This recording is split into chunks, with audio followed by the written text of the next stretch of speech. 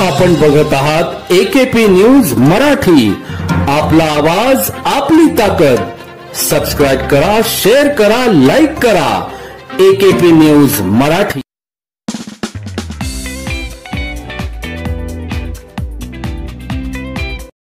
काय सांगाल? उद्धव निमसे आपल्याकडे शरणागती पत्करली आहे। आरगाव पोलीस स्टेशनचा 236/25 जो BNS कलम 103 प्रमाणे जो गुन्हा दाखल होता, त्यातले काही आरोपी आम्ही अटक केले, काही फरार होते।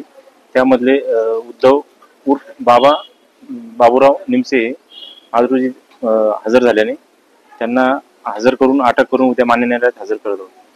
पोलिसांच्या त्रासाला कंट्रोलून आम्ही त्रास देण्याचं कामच नाही। जे पाहिजे आरोपी ते आमचं शोधायचं काम आहे, गुन्ह्याचा तपास करायचं काम आहे।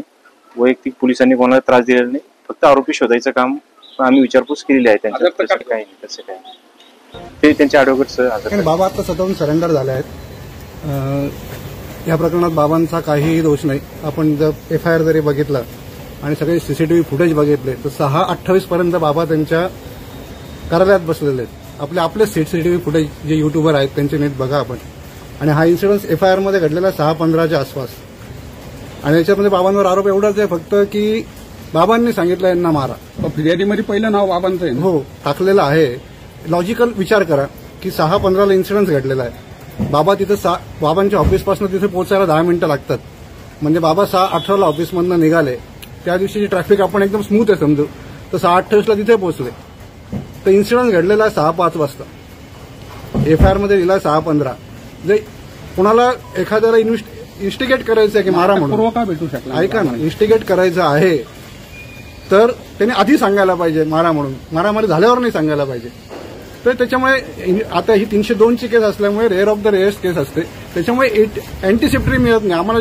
जजनी पण तेच सांगितलं हायकोर्टामध्ये, you come for the bail. तर आमच्याकडे सुप्रीम कोर्टचा आता ऑप्शन होता, पण आम्ही सगळ्यांनी विचार केला की सुप्रीम कोर्टचा ऑप्शन अवेल करण्यापेक्षा आता गरीब लोकांना त्रास व्हायला लागला गावातल्या।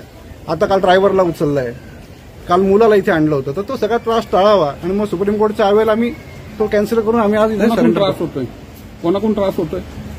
कोणाकडनं त्रास होतोय म्हणजे आता इथे आणलं गेलं ना, आमच्या केसेस दाखल झाल्या आहेत आमच्या लोकांवर। आमच्या ड्रायव्हरवर झाली। पण मग तुम्ही उच्च न्यायालयामध्ये जेव्हा सुनावणी झाली तेव्हा तुम्ही काय तिथे ग्राउंड मानलं? आणि आमचा ग्राउंड हाच होता की त्यांचं म्हणणं होतं की आम्ही इनिशियल स्टेजला सांगतो की 302 आहेत, you came for the bail. त्यांनी आमचं म्हणणंच ऐकून नाही घेतलं। 302चा नवीन कायदा आलेला आहे। तुम्ही कोणाच्या त्रासाला कंटाळून हजर झाले? कोणाच्या त्रासाला नाही कंटाळलो आम्ही। आमच्याकडे पूर्ण लिगल वेआउट्स होते, ते आम्ही अवेल केले। सुप्रीम कोर्टाने जेव्हा आम्हाला नाकारलं त्याच्यानंतर 2 दिवस सुट्ट्या होत्या। त्याच्यानंतर आदर न होता इथं आदर झाले, काय कारण? इथेच हजर झालं, इथंच हजर व्हायचं असतं ना। आमचं तपास गुंडाविरोधी पथकाकडे होतं। नाही बरोबर आहे। जेव्हा उच्च न्यायालयाने जामीन फेटाळला त्याच्यानंतर सुद्धा मग इतक्या दिवसांनी किंवा आता मध्ये 2 दिवस सुट्ट्यांचे होते। कालच कोणाला सुट्टी होती? काल अपलोड झाली हायकोर्टाची जे वेबसाईटवर ऑर्डर, काल अपलोड झाली, काल सही झाली। ऑर्डर वाचल्यानंतर आमच्या लक्षात आलं की वी सरेंडर। आपलं नाव? ॲडव्होकेट मनोज पिंगळे।